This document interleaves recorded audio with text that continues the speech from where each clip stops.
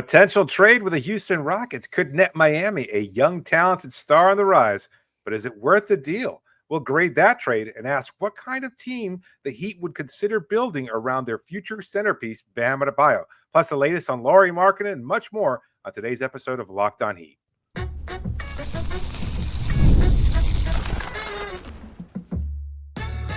You are Locked On Heat, your daily Miami Heat podcast, part of the Locked On Podcast Network, your team every day. You are Locked On Heat, your everyday podcast on the Miami Heat. Whether you're tuning in on YouTube, Odyssey, or your favorite podcast app, thanks for making Locked On Heat your first listen every day, Monday to Friday. I'm Wes Goldberg, editor at allyoucanheat.com, here with David Ramil, both of us credentialed Heat media members. Today's episode is brought to you by PrizePicks, the easiest and most exciting way to play daily fantasy sports. Go to prizepicks.com/LockedOnNBA. Use the code all lowercase, LockedOnNBA, for a first deposit match up to $100. Now's the time to do it with the NBA Finals here. Recording this just hours before Game 1. But we're not talking about that today. We are going to talk about whether or not the Heat could trade for Jaylen Lauri Markkanen. We've got another fake trade that we're going to grade later on in the show. But first, I want to start with this. We were talking yesterday after we got done recording, David, off air, about how you build a team around Bam Adebayo, because this could be something that the Heat have to do depending on what happens with Jimmy Butler. So we had that Woj report about a month or so ago that the Heat are looking to add a star that is more in line with Bam's timeline. So I think this is something that's worth having a conversation about as we sort of look forward. How do you think the Heat can build around Bam? What should they be looking for? What kind of players? What are sort of those steps? Well, I think, to the overall question, and I know a lot of people immediately will hear that and go, but why do you need to build around Bam? One, because I think there's a somewhat vocal minority that doesn't believe in Bam as a superstar. We've had this conversation before, but it bears repeating that they're in the wrong. Franchise views him that way. That's who he is. It's not our perspective. We're just talking to you from the perspective of the team. They see him as their future. And that's the case right now. And what we're talking about, because there has to be at some point a consolidation of these timelines that have been somewhat incongruent over the last 5 seasons of Jimmy Butler's career here. And in terms of how they build that roster, and you might realistically have to start making adjustments for a future that I don't know if it'll play out this offseason. I don't know if it'll play out next or 2 years from now, but Jimmy's time in the NBA is short, much less in Miami. It could happen as soon as next month. And this is not a wish of ours or anything like that. So it's just something to consider, because at some point the team has had to change, or will have to change, the way they view roster building. We're talking about this in terms of offseason moves and what they could possibly do. Their future with a salary cap, in terms of what they do with a draft. You're looking at acquiring players. And I'll even go back to last season's draft. I would say the acquisition of a Jaime Jaquez might already be with the idea of, well, if we do lose Jimmy Butler at some point because he retires or anything else, we might have somebody who is a Jimmy Butler light. Like, this is a player who compared himself to Jimmy Butler before the draft, showed flashes of Jimmy Butler-esque style of play throughout his first rookie season. I think it's logical to assume that they're already envisioning what a team around Bam Adebayo as their centerpiece, and the one that does not include Jimmy Butler, or does not include Jimmy Butler as your 1A, what that might look like. So to answer the second question, then can I jump in there? Please. I would even go back to the 2022 draft when they drafted Nikola Jovic as a guy who pairs as a long-term fit. He was 19, 18 years old, whatever he was when they drafted him. Right. That's a pick that you make with Bam Adebayo in mind, not Jimmy Butler in mind, right? And you're absolutely right. And it's such a great point. The Heat are going to give Bam Adebayo an extension, and Bam's going to sign it, right? Barring something crazy happening. And it's probably not going to be this summer. It makes more sense for Bam to wait until next summer to sign it when he has a chance to maybe make a little bit more money on it. But he's going to be here for a while.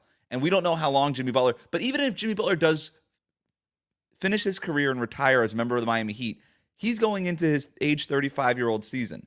Bam's 26. At some point, you're going to have to pivot to the Bam timeline. And I do think that it's probably going to be sooner rather than later, because you just can't build around a guy who is 35, 36, 37 years old the way that Jimmy Butler is going to be.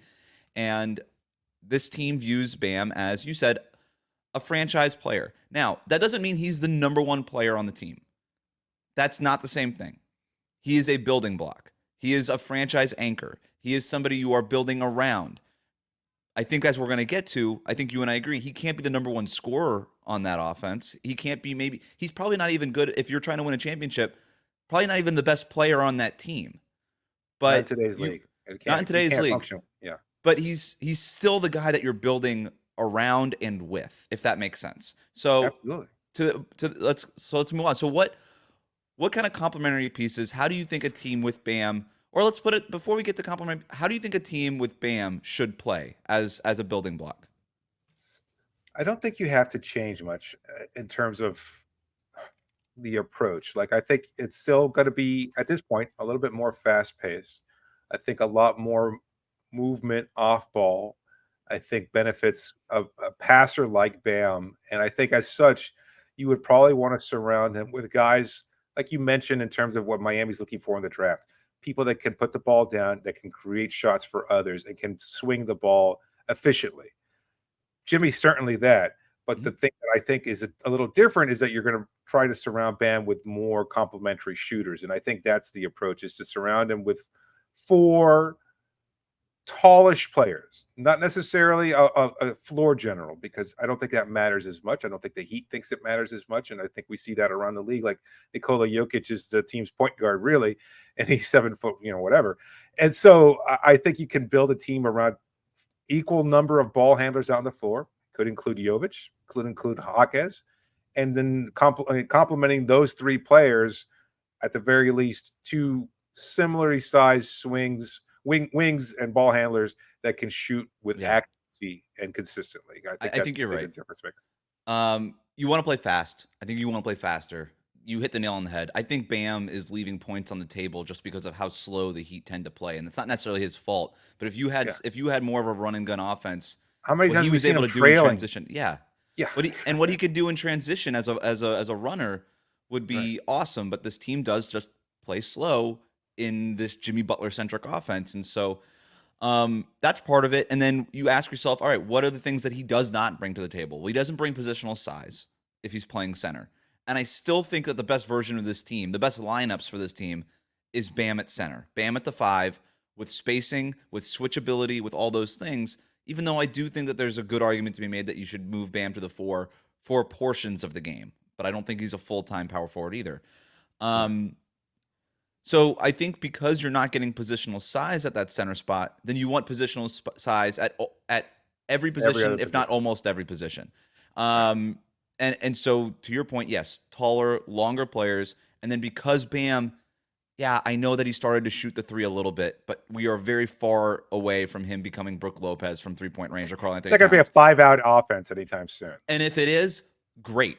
But for it to be a 5-out offense, the other 4 guys have to shoot the ball too from 3. Right. So everybody, to me, if you're building around Bam, the other 4 players have to be 3-point shooters, legitimate ones. And that's where even the Jimmy Butler thing kind of falls short. And so so you're absolutely right. The other part with all the length too is the Heat got away from this last year where they kind of went from a switch defense to a drop defense with Bam and drop. Bam is not a drop center. I mean, the thing with Bam, he can play any defense and he's elite at all the defenses. And that's why we think he's the best defensive player in the league. But if you really want to lean into his strengths, then you want him switched onto guards in space so that he could do that, right? Because that's a strength. He can do it. That's a strength of his, but you got to be able to switch everything if you're going to switch everything. So that's why that length and all that kind of stuff matters. So we're talking about skilled, long, defensive-minded type of players. Now, everybody wants those players. Those players are really, really hard to get, but that's sort of what we're looking at. No, yeah. I mean, you can't have, again, if you want to focus on switching defense as your priority, and I think with Bam's skill set, you certainly should, you can't afford to give up Al Horford on Tyler Hero kind of thing. You need somebody who's a little bit more sturdy in that capacity. Not to pick on Hero specifically. I'm talking about anybody who's somewhat considered undersized for their position. Hero is just not that stout a defender at this point in his career. Maybe he will be, and I don't know if he necessarily would he fit this team if he were to evolve into more of your quote unquote point guard, or at least the the smallest player on the court for Yes, Miami. Like that's what I've been arguing. Like they went into lineups mostly because they were hurt with Hero at point guard and Caleb Martin at the 2 guard, and then Jimmy and Jovic or whoever it was, and that I thought should be the starting lineup going into the season, and they only really experimented with a little bit. But to your point, yeah, I mean you can have a small point. I think if you were going to build a team around Bam, the way I would look at it is the Golden State Warriors in their dynasty era. When they started Draymond Green at power forward, they had Andrew Bogut or Zaza Pachulia at center. And then when they really wanted to, put the hammer on the other team, they took their traditional center off the floor. Draymond moved to the 5, and then we got the death lineup, right? Right. I would be trying to be in that death lineup for most of the game if I were the Heat building around Bam. And you think about the other players on the floor. It was Klay Thompson, a 3-and-D wing. It was Kevin Durant, a 7-footer, masquerading as a wing. It was Andre Iguodala, who was able to defend multiple positions and handle the ball. And then obviously it was Steph Curry. Steph was a weak defender, but he tried really hard, and he was strong, and he was getting stronger as his body matured. And he got to a point even where he was smart. Yeah. Did Kyrie Irving and LeBron James bully him in the 2016 finals, and that was basically how they got back and won that championship? Yeah, that's sort of the risk with it. But then they added Kevin Durant the next year, and they never lost another finals while that team was healthy. So that to me is how you would build it. Now, it's really hard to go get Kevin Durant and Steph Curry, but I'm talking about like the vision, the sort of the archetypes rather. Yeah, if you can surround Bam Adebayo with 4 other Hall of Famers, you do it in a heartbeat. I don't think that's a hot take. That's not what we're debating here. It is, though, the format for what Miami could replicate and succeed at. Like, again, I think, again, it's not to say that Jovic is Durant, but given his size and length and everything, that I think he is a good complementary player. If you're looking at players on this roster that can replicate that format, again, not that same level of elite. We're not talking about talent, but you're right. Format. Right. Jovic, right? Almost 7 feet tall, shoots the heck out of the ball, handles it well, is growing as a defender. Yeah, these are the things. He's not Kevin Durant, but you're trying to find that like size. You're trying to find those like patterns and those archetypes. We do have some other stars who could potentially fit that format. We're going to talk about that next here on Locked On Heat. Today's episode is brought to you by PrizePicks. What's PrizePicks? Well, it's America's #1 fantasy sports app with more than 5 million members. It's the most fun and exciting way to get in on the action while you watch your favorite sports and players like the NHL. If you're a Florida Panthers supporter, if you're in the NBA and you're suddenly finding yourself conflicted as you watch these finals and you're rooting for Dallas, maybe, probably. I think so. You just pick more or less on 2 or more player stats for a shot to win up to 100 times your cash. It's that easy.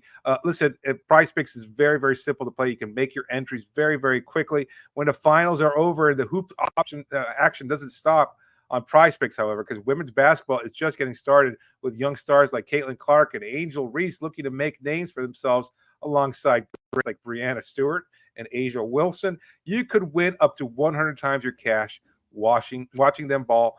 Listen, the finals means more on PrizePicks, and so do the star players. You get boosted payouts on select basketball stars that you won't find anywhere else. So make sure to go check out, download the app today, use the code LOCKEDONNBA, and you get a first deposit match of up to $100. But that's only if you download the app today and use the code LOCKEDONNBA, LOCKEDONBA. PrizePicks. Pick more, pick less. It's that easy. We'll be right back. Thanks for making Locked On Heat your first listen every day. Make sure you are subscribed on YouTube and on your favorite podcast app. We're on the road to 14,000 subscribers. Get us there. Hit that subscribe button. Hit the like button if you're watching us on YouTube. If you're listening on the podcast app, 5-star rating and reviews, always appreciated.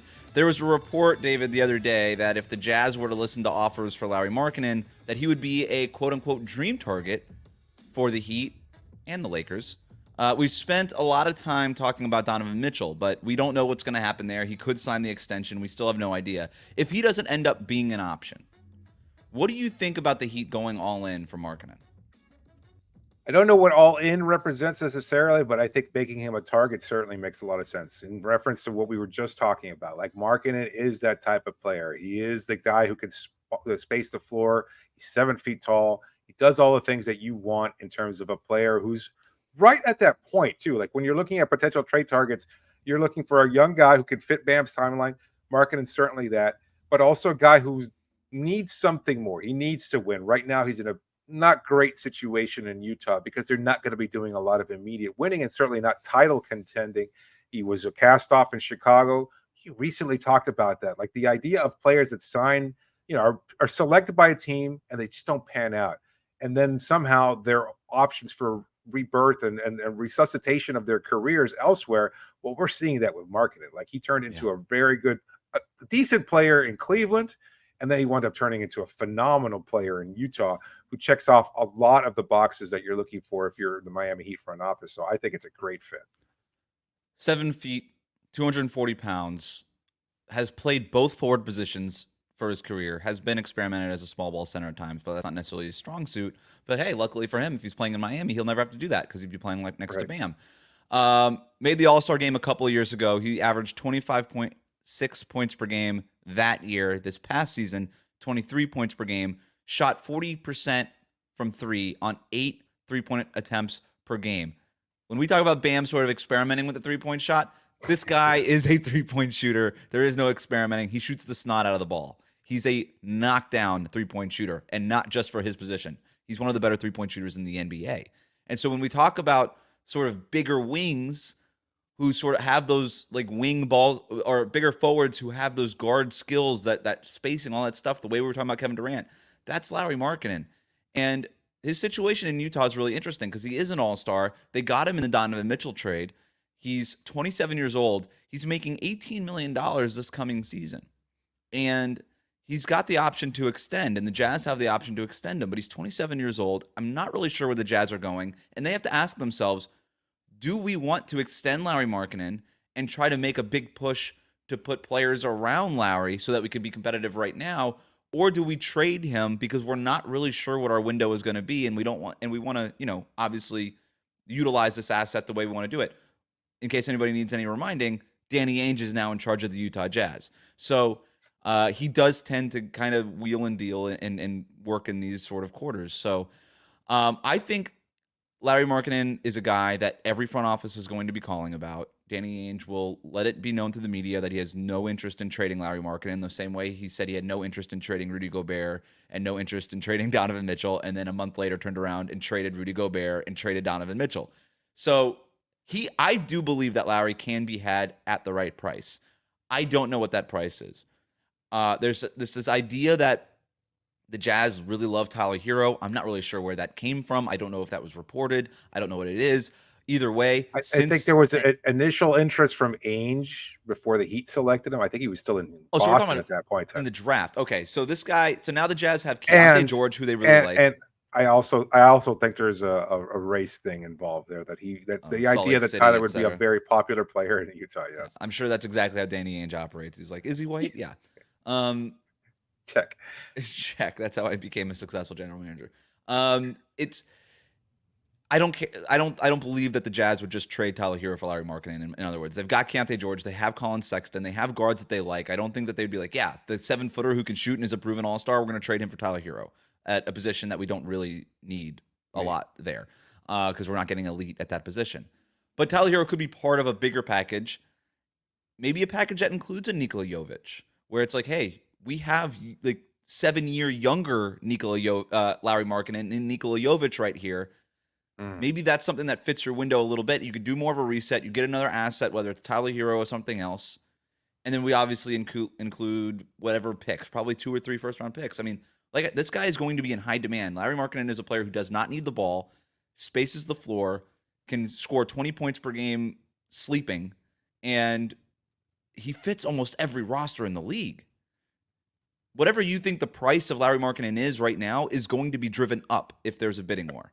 So I think it could cost the Donovan Mitchell package. It could be Hero, one of the young guys, probably Jovic in this instance, and 3 first-round picks. And I think that would have to be something that the Heat think about if they can't get Donovan Mitchell. So how does that line up then compare to what Miami's projected lineup would be? Assuming Jimmy Butler is still there, assuming you keep Terry Rozier in this deal, although Terry was presumably drafted by Danny Ainge in Boston.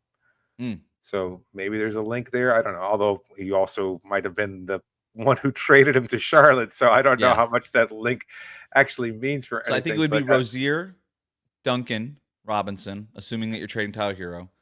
Terry Rozier, Duncan Robinson, Jimmy Butler, Lauri Markkanen, and Bam. And so you've got Jimmy and Bam and real floor spacing around those three. I think that's a really good team. I think it's much better than what is last year.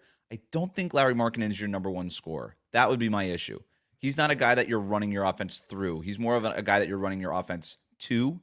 Yes. And unless Terry Rozier is healthy and ready to kind of be the pick and roll fulcrum of the offense with Bam, I don't know how much closer that gets you to the Bostons, the Milwaukees, and potentially what Philadelphia becomes next year.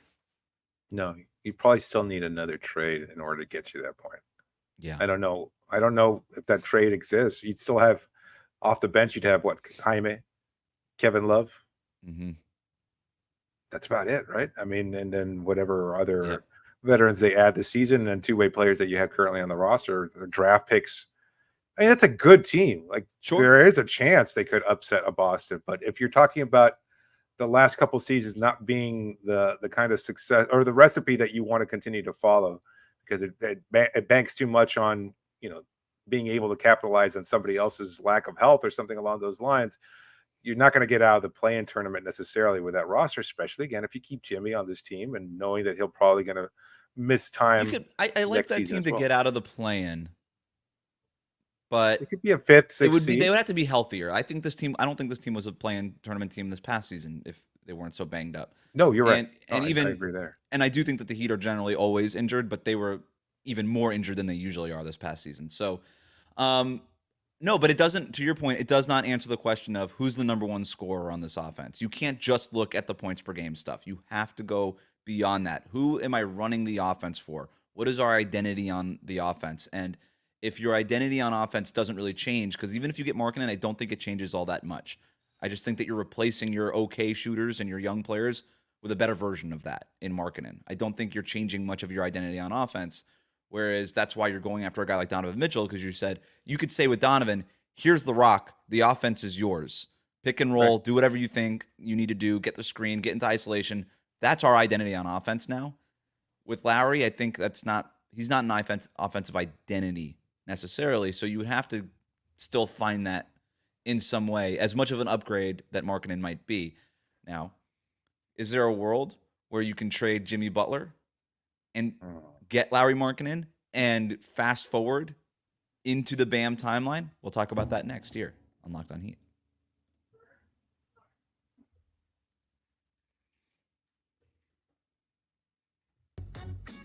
Thanks again for making Locked On Heat your first listen every day. Make sure you're subscribed on YouTube and on your favorite podcast app.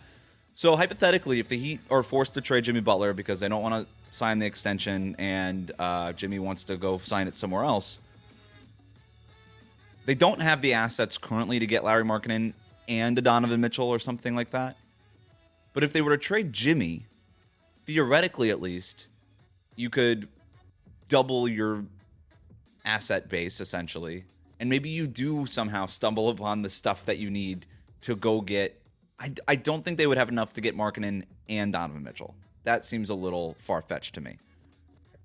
But Markkanen and a DeJounte Murray or something like that, potentially. Well, like assuming you trade Jimmy, not the theoretical trade that we're going to be discussing, but let's say the one to Philadelphia that's been tossed about, three first round picks back, yeah.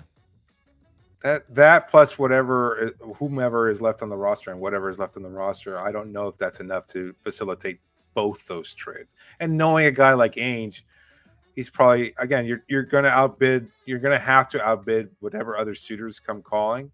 And knowing Ainge, I don't know that he's going to be, we'll hear later on that he was this close to accepting a deal or something like that, right. But I don't know that he's necessarily going to look at Miami's roster of assets and be like, yeah, okay, no, this is exactly what I want in order to give you a player that helps you out. Yeah. The good thing about Markkanen, again, he's only under contract for $18 million. So from a salary matching purpose, yeah, but that's why you'd have to increase like draft collateral and correct. Young players. Yeah, that would be. So you have to give you up could a hypothetically swap Duncan Robinson and 3 first-round picks. Now that doesn't get it done. We know that, but and still at least have the Tyler Hero salary to include in a Donovan Mitchell trade over there. Maybe, and if it's only one of the young players, I do wonder if you could trade Jimmy Butler, get 3 first-round picks, take those 3 first-round picks, plus Duncan Robinson, plus Nikola Jovic, send that to Utah for Markkanen. Again, I still don't think that that's quite enough to get it done based on what some of these competitive offers might be, but it is a competitive offer. And then you get, and it does Lauri do the whole like, hey, I'm not signing an extension unless it's Miami thing. I did see him walking around Brickell when the Jazz were in town, for whatever that's worth, with some friends. So he does like to walk around the city. I think most players do, right? I'm trying. So here. that and retail roster and then you take your current 3 first-round picks that don't come from the Jimmy Butler trade, the 3 picks that Miami can already deal, including the one coming up later this month. You would take those 3 first-round picks plus Tyler Hero plus Jaquez, the other young player, which that's already the Donovan Mitchell package. Right. That would be the way to do it. Again, I still don't think it's enough for Lauri, but if we're just gonna fully just go all in and fan dream about this, that would be the way to get it done. I mean, you're talking about the right front office to do it. Like they've taken young players that have come to Miami and been like, you know what, that's okay. We like somebody else better. They've thought big. They'll do a number of trades like that. It's all about rejiggering the roster completely. I wouldn't be I can't say I wouldn't be surprised, but if there's a team that's going to be able to do it or is willing to do it, I absolutely think Miami would be there. Like, you know what, punt next year, whatever. We weren't going to beat some of the best teams. We were going to rely on luck anyway, no matter how good playoff Jimmy might be, but we can kind of reset it. And next thing you know, you're fielding a team of Donovan Mitchell, Lauri Markkanen, and Bam Adebayo, and that's a hell of a good team. Like that's that team a really wins more good games. core. That team wins more games in the regular season than the team the last 2 years. No doubt about it. Yes. Because you've got players who are available and out there and doing things. Now, I don't know. And you still have Rozier and Love on the roster. Yeah. That's basically, I mean, you would have to, it's a very expensive roster that you would have to fill out with vets and second round picks and all that kind of stuff. But it's a base for sort of the original question. Those are 3 players who complement each other really, really well. Now, how do you build around that? I don't really know. You only have a first round pick every other year for the next 6 years, essentially, if you make that deal. I don't know. All right. Deal Rozier to Portland for Jeremy Grant and round out that backcourt there, or the front court rather, with Bam Markkanen and Grant. I don't see Portland doing that, but you could, to your point, you could trade Rozier like closer to the deadline and redistribute that salary and try to fill some depth and fill some other places on the roster. All right. You want to do the fake trade? Yeah, let's do it. So this was proposed by Bleacher Report, where we're getting a lot of these ideas from. The Heat get Jaylen Green, Dylan Brooks, and the 3rd overall pick, and the Rockets get Jimmy Butler and the 15th pick that the Heat have later this month in the draft. What do you think? Do we have a buzzer or anything like that? Something that yeah. That's the best I could do. Is just you're out on it. You're out on this. Yes, the idea of including a 15th pick, like we talked about it before we started recording. I think what it shows, like a realistic understanding of Miami's assets or whatever trade they might be involved in, and the idea is like you're acquiring a younger player with star potential, and as such, you would probably have to give up some draft collateral. At least that's the way Bleacher Report sees it. Grant is a good writer and a guy who's been doing this for a long time, so he's seen a lot. He's put a lot of these trades out there, and I can see why it makes sense. I just don't like it from Miami's side of things. Like I just, if you're looking at this from the Heat, you're giving up your franchise player, or at least your cornerstone right now, and giving up a better draft pick for a player that could pan out. And I actually like the idea of Jaylen Green in Miami, because I think if there's a team that's going to maximize what he can do, I think it's Miami. At the same time, it would have to be part of another trade where you don't have him and Tyler on the same roster, because I don't think those. Yeah, there would definitely be a second trade after this. You would have to move on from Hero in some way. Now, if you're shipping Hero to Utah for Markkanen, plus all I this still other don't know stuff. how. Yeah. I mean, you would have the number 3 pick now to play with, right? Where it's like, okay, Like, we didn't have stuff before Utah, but are you interested in the number 3 pick in this draft? They'd probably say no, not really. And then be like, all right, cool, good talk. And, and then you go from it. But you could at least theoretically take that 3rd overall pick and trade somewhere else. If this is the package that if you just include the Cavs as a 3rd team and you just take this stuff and move to Cleveland for Donovan Mitchell, I'm all in. That's okay with me.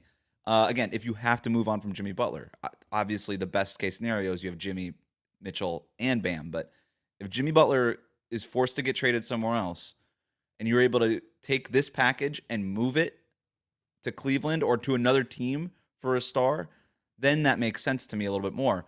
But Jaylen Green, I actually like Dylan Brooks a lot for this roster. I think it makes a lot of sense as a two-way guy. I would be intrigued by having the 3rd pick in this draft. That to me would be interesting, at least. You'd be surprised at the number of Heat fans that shouldn't have much stake in this, who really seem to be upset with the notion of Dylan Brooks. I think his reputation is a lot worse. Like he pushed Memphis he fans pushed love a cameraman in fans. Miami. Yeah. People don't like Dylan Brooks. He's one of those guys that once he's on your team, Yes. then you like him, and then when he's Right. not, he's 28 really other cities hate him, but Yeah. guess what? He's pretty popular in Memphis and he's pretty popular in Houston. The problem with Jaylen Green is he's 22, and he's not a point guard. He's a scoring guard. He needs somebody to set him up. He doesn't set up other players very well. He's got potential. He can become that player. But if we're building around the Bam Adebayo timeline, that's a little bit too young. Bam's 26. He's been in the finals twice. The dude's been around. Jaylen Green has just gotten into he's still got his training wheels on in the NBA. You know what I mean? And so that to me is going a little bit too far backwards. You're going from trading your 35-year-old superstar in Jimmy Butler to a 22-year-old maybe could become something one day in Jaylen Green. Are you out on Green? I'm not out on Green as a player at all. I actually quite like him. I think his athleticism is one of one, and the Heat can use like a top 1% athlete. But as a 22-year-old on this roster, yes, I'm out. I'm out on Jaylen Green as a fit for this roster because the other part about that, too, is you would eventually need him to be your point guard because you can't play him with another small guard unless that small guard is somebody like Marcus Smart or Lou Dort or something like, or Fred VanVleet. No, because we saw that and it didn't work out well with VanVleet. Like they could not coexist. I think he has offensively, to be... but defensively is my concern. Like offensively, this guy's gonna have to grow no matter what. Defensively, you're already small, but I could see that. And you're already small. Like when we talk about positional size with Bam, how much smaller can you get?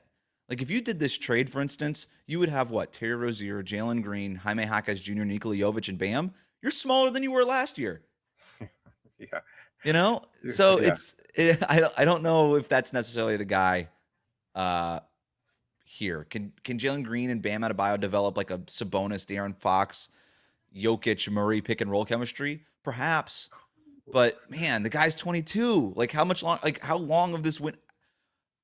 What's the timeline now? Like 3, 4, 5 years from now? Yeah. I thought the idea was if you're going to trade Jimmy Butler, you want to try to keep the window at least open over these next couple of years, or open it over the next couple of years. And if you're able to get somebody like Donovan Mitchell, that makes a lot more sense. I also hate the fact that the Heat have to give up their 15th pick in this trade. That doesn't make a whole lot of sense to me. You're only getting really 1.5 blue chip things back for your star player and Jimmy Butler. And I don't think that you have to include the 15th pick. I actually would disagree that you even need to include it in a deal like this. That said, grade the trade. What do you give it? D. I'm giving it an F. Yeah, I was thinking you've been a little harsher than I have on these, but yeah, I think I was kind of hovering. You know what? I'll go D-. Give them that little bit of hope that doesn't. Can I give you a counter proposal? Yes. Let's say the Rockets call Pat Riley, say we'll give you Jaylen Green, the number 3 pick, and Dylan Brooks for Butler in the 15th pick. Pat Riley says you're not getting the 15th pick. The Rockets say, okay, we'll do the same trade, no 15th pick. And then Pat Riley's still like, no, here's a counter offer. Dylan Brooks, because you need his salary. Steven Adams on an expiring $12 million contract. Again, you just need the salary. I actually don't even think this trade technically works. I do think you need like a Jock Landale $8 million salary in here to make it work. I like Landale. All right, so we still throw him in the trade. Landale, Steven Adams, Dylan Brooks, and you get another one of the young guys. Let's call it Tari Eason. I think that's kind of a no-brainer then. Like you kind of have to take it. Like if you were a team that was undersized before, now, yeah, I think Miami would. Like I think they'd have to. I would probably give that, and you get some draft collateral as well. Yeah, maybe not the third pick in this draft, but maybe a future protected top 7 something or another. I think Miami would do it. I think if again, this is coming from the standpoint of Jimmy Butler's not getting the extension here, and now we're shopping hurt. him. It would hurt, but Yeah. it might be a little bit better than even unless depending on whether Donovan Mitchell is available or not, and you want those 3 first-round picks for Philadelphia, but you send them to the other conference, you get some immediate things back that you could build around, some good players. I'm really high on Tari Eason. He was injured basically all of last season and was sort of the forgotten young guy in Houston. I'm really high on him as a player. So it wouldn't be Jabari, right? If you could get Jabari, then it's a done deal to me. I think you would have to ask for Jabari and maybe settle, or you would ask for Jabari or a Thompson twin, and then you wouldn't. I keep forgetting which one is which, so I just hedge. And then, and I think it's a SAR. No, it's a men. It's a men in Houston. You would ask for that, and then if you can get one of them, that's what you would do. So I don't know. Yep. Yeah, that makes sense. What about that second trade idea from the New York Knicks? Oh yeah, in the same post he had you trade back from 15, and New York has the 24th and 25th picks in this draft because of a trade they made. So you would trade back from 15. The Knicks would move up to 15, and you would get their 24th and 25th picks, and then a future second rounder. You like that one? I do. I think Miami would have to include a second rounder, though. That's how it was broken down on Bleacher Report. But okay. Aside from that second round pick, I do like the idea because we talked about this in our Blue Notebook episode yesterday. Like, if there's a draft where the talent of this, it's all over the place and so impossible to gauge, that I think pick number 3 could be just as productive as pick number 25. And if that's the case, why not trade down? You get 2 picks, another opportunity to build your roster, add cheap players on a nice friendly contract, and that might be your best chance of getting young talent, because you're not going to be able to in any other case other than, again, the recipe that they follow the last couple of seasons, which is to get somebody as a 2-way player and hope that they pan out because they bought into our system and they've developed. That might not necessarily be the case with, say, Cole Swider or somebody like that. So yeah, I don't know. If you can get 2 young players in the draft instead of, or 3, if you include the 43rd pick, if you can get 3 young players in this draft instead of just 2, I don't see why you wouldn't do that. Especially in this draft where it doesn't really feel like the difference between 15 and the 30th best player is very big. And I would say unless the guy that you really, really want, right? If Devin Carter, who does just make a lot of sense for Miami, isn't there at 15, and you're sitting there, you're like, I don't know, Tristan Da Silva, like, we like him, we're not excited by him. Let's just move back in the draft, get the 24th and 25th picks. The Knicks can move up and go get whoever it is that they're targeting, and do. I wouldn't be opposed. I would be surprised if Miami moved back, because historically they don't. But maybe this is the draft where they do. You never know. And to your point, and it's a great one, 2 rookies in this draft is just probably better than 1. And the other part of it too is, are 2 first-round picks more valuable? Like 2 at the end of the first-round picks more valuable than the 15th pick in a potential trade? Could be another way to look at this too. So I don't know. Interesting. All right, that'll do it for us today. Thanks for making Locked On Heat your first listen every day. Hit that subscribe button on YouTube and follow us on your podcast app.